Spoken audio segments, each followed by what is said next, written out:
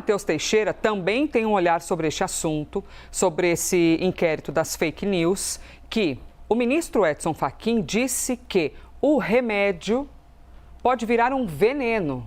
Ô, Matheus, explica pra gente, por favor, qual o contexto dessa fala, especificamente ele se refere a quê?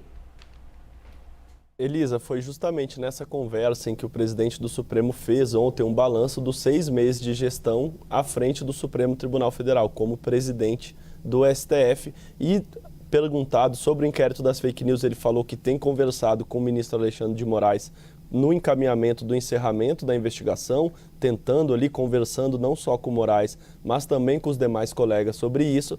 E ele lembrou que lá já ele foi o relator da ação que o Supremo, o plenário do Supremo, determinou e julgou válido e constitucional o inquérito. Mas ele lembrou, esse julgamento foi em 2020. Em 2019, o presidente do Supremo, Dias Toffoli, determinou de ofício, ou seja, sem a provocação da Procuradoria-Geral da República ou da Polícia Federal, o inquérito e delegou a relatoria a Alexandre de Moraes. 2 movimentos heterodoxos do ponto de vista jurídico, que geralmente o inquérito tem que ser provocado para ser aberto, um órgão de investigação, não pode o judiciário sozinho abrir, e quando há isso tem que ter um sorteio entre todos os ministros para escolher o relator. Mas não, o caminho escolhido naquele momento foi esse, em que o tribunal, no julgamento dos ministros, estava sendo muito atacado.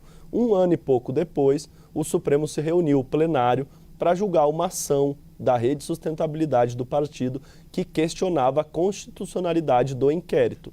E os ministros julgaram por maioria que sim, era constitucional. A interpretação feita por Dias Toffoli para abrir e a delegação da relatoria a Alexandre de Moraes eram válidas e, portanto, em 2020, o Supremo julgou válido. Mas o ministro Edson Fachin falou, isso já faz 6 anos.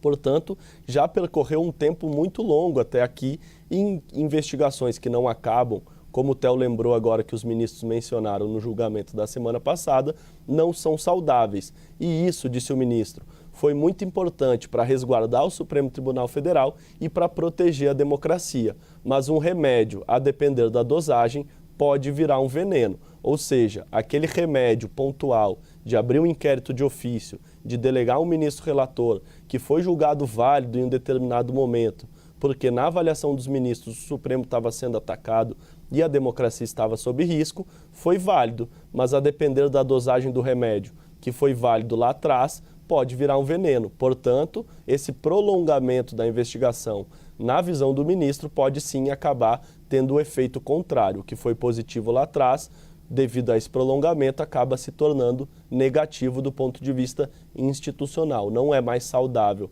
e não é mais de bom tom o Supremo manter essa investigação aberta. Por isso que ele disse que tem conversado com Alexandre de Moraes, e eu ainda questionei por que tem conversado com os outros ministros, porque isso é uma atitude individual do relator, ele que tem que determinar o encerramento. Mas ele disse que é um tema que toca a todo o Supremo e por isso a conversa é mais ampla. Não é apenas com o relator, ele disse que tem tido uma boa conversa. Outro ponto interessante do que o ministro falou, o inquérito foi aberto pela presidência do Supremo, na época exercida por Dias Toffoli, e ele foi questionado. Da mesma maneira que a presidência abriu a investigação, não pode a presidência revogar esse inquérito, porque o inquérito foi aberto a partir de uma portaria da presidência do Supremo.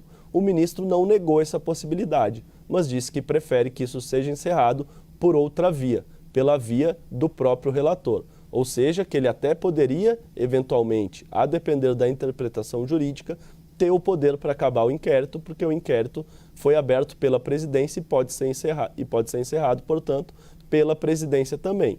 Mas ele disse que prefere que isso ocorra por outra via, ou seja, por uma decisão do ministro Alexandre de Moraes.